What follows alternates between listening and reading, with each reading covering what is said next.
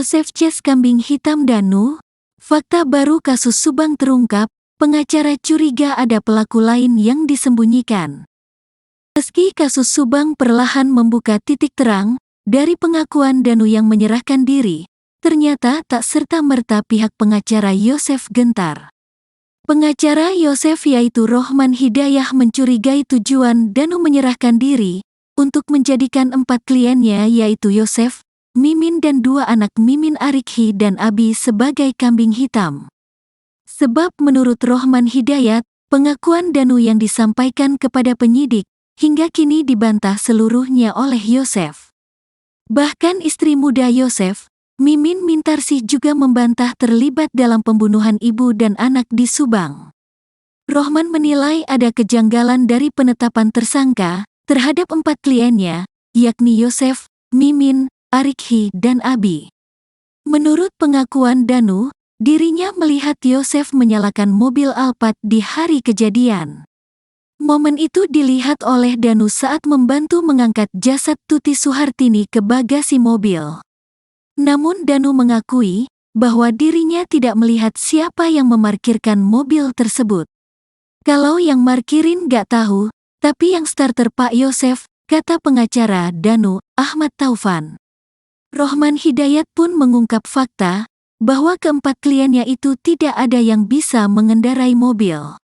Seperti diketahui, mobil Alphard itu sempat diputar arah agar bisa memasukkan jasad kedua korban. Di antara 4 orang yang disangkakan, tidak ada yang bisa mengendarai mobil, kata Rohman kepada tribunnews.bogor.com baru-baru ini. Namun Rohman tidak membantah adanya darah korban Tuti dan Amel di baju Yosef.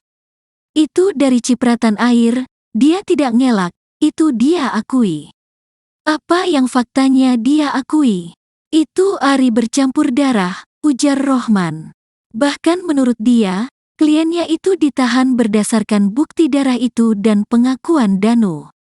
Namun Rohman masih tak yakin dengan keterangan yang disampaikan oleh Danu.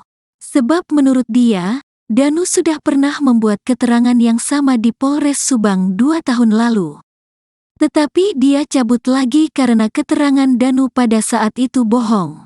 Apa yang menjamin keterangan hari ini adalah murni benar, ujar Rohman. Apalagi, lanjut dia, pengakuan Danu itu tidak dilengkapi dengan alat bukti yang kuat. Rohman Hidayat justru mencurigai ada orang lain di kasus pembunuhan Tuti dan Amel.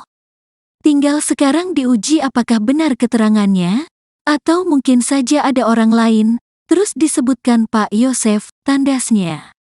Sebab pengakuan Danu itu terbantahkan oleh alibi dari para tersangka, di mana Mimin mengaku dia bersama Abi dan Yosef sedang ada di rumah pada malam kejadian.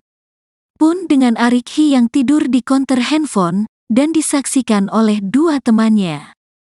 Jadi sebenarnya siapa yang ada di TKP kalau Bu Mimin, Arikhi dan Abi tidak ada, kata Rohman. Ia pun menduga bahwa kliennya itu justru dijadikan kambing hitam oleh Danu untuk menutupi tersangka yang sebenarnya. Apakah karangan Danu atau ada orang lain yang posisinya diganti oleh 4 tersangka, jadi kambing hitam, kurang lebih seperti itu, pungkasnya.